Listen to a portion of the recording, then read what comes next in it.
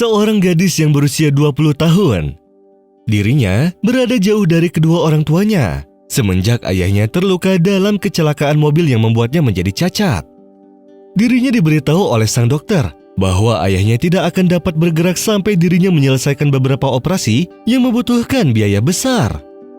Dia pun menjadi sangat sedih, sehingga harus meninggalkan sekolah di universitasnya dan bekerja sebagai perawat di rumah sakit swasta, agar dirinya dapat membiayai kedua orang tuanya serta adik laki-lakinya, dan selama pekerjaannya dia selalu berdoa setelah selesai sholat fardu. Suatu hari, direktur rumah sakit memintanya untuk merawat seorang pemuda kaya raya yang baru tiba di rumah sakit. Dirinya menderita kegugupan dan kemarahan yang berlebihan. Dan direktur mengatakan kepadanya bahwa hanya si gadislah satu-satunya yang bisa mengendalikan kondisi ini. Dan ketika dia bertemu dengan si pemuda kaya itu, ia merasa bahwa pasien tersebut baik hati dan sangat bertentangan dengan apa yang sudah didengarnya dari sang direktur. Gadis itu tahu dari si pasien bahwa dia telah menderita kejang sejak usia muda. Tetapi saudara-saudaranya ingin penyakit lamanya kambuh, sehingga mereka dapat berbagi kekayaan yang sudah diwarisi dari orang tuanya yang sudah meninggal dunia. Dan setelah hari-hari berlalu, sang gadis itu mampu membuat pemuda itu terus berdoa dan banyak membaca Al-Quran, bahkan menyumbangkan sejumlah uang kepada orang miskin. Hingga akhirnya pemuda itu mulai mencintainya dan memintanya untuk setuju agar bisa menikahinya. Sang gadis itu pun menyetujuinya, karena dia temukan dalam diri si pemuda tersebut perasaan lembut dan melakukan segala upaya untuk dapat menyenangkannya. Setelah menikah, si gadis itu pun tahu setiap gerak-gerik dari saudara-saudaranya ketika terjadi pertikaian. Bahkan mereka menawarinya sejumlah uang sebagai imbalan agar dia meminta cerai kepada suaminya, serta membantu mereka membuktikan kegilaan suaminya.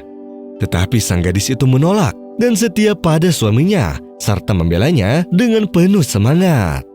Dan setelah berbulan-bulan menikah, gadis itu pun hamil, dan betapa mengejutkannya ketika para dokter mengatakan kepadanya bahwa janin yang berada di dalam kandungannya akan cacat jika tetap dibiarkan hidup, dan mereka menawarinya agar sang gadis melakukan aborsi untuk menyingkirkan janin tersebut. Tetapi sang gadis benar-benar menolak aborsi, dan ia menerima apa yang sudah Allah takdirkan untuknya. Dan 1 bulan sebelum gadis itu melahirkan, suaminya pun meninggal dunia, dan dia curiga bahwa kematian itu mungkin merupakan pembunuhan yang direncanakan dari saudara laki-lakinya yang dengan sengaja memberinya beberapa obat yang salah agar sang suami menderita dan meninggal dunia. Sehingga sang istri pun melaporkan hal ini kepada polisi. Dan setelah itu, saudara iparnya mencoba mengusir sang gadis agar keluar dari rumahnya, serta menyerang janinnya untuk menjatuhkannya agar bisa mendapatkan semua properti suaminya.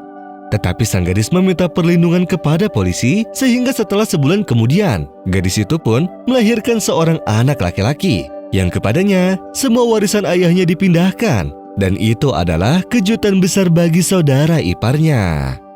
1 minggu kemudian, anak itu pun akhirnya meninggal dunia, sehingga ibunya sangat sedih. Tetapi dia pasrah dengan takdir Allah, dan seluruh warisan beralih kepadanya, sehingga dengannya dia membangun sebuah masjid atas nama suaminya, dan sebuah rumah untuk menghafal Al-Quran atas nama anaknya.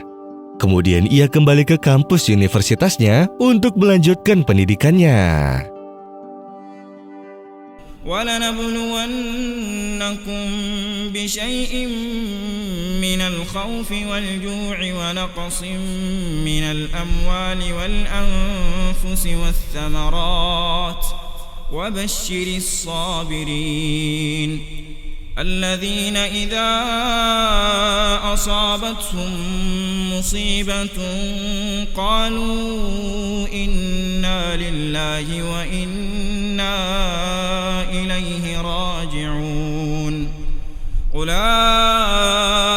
عليهم صلوات من ربهم ورحمة وأولئك هم المهتدون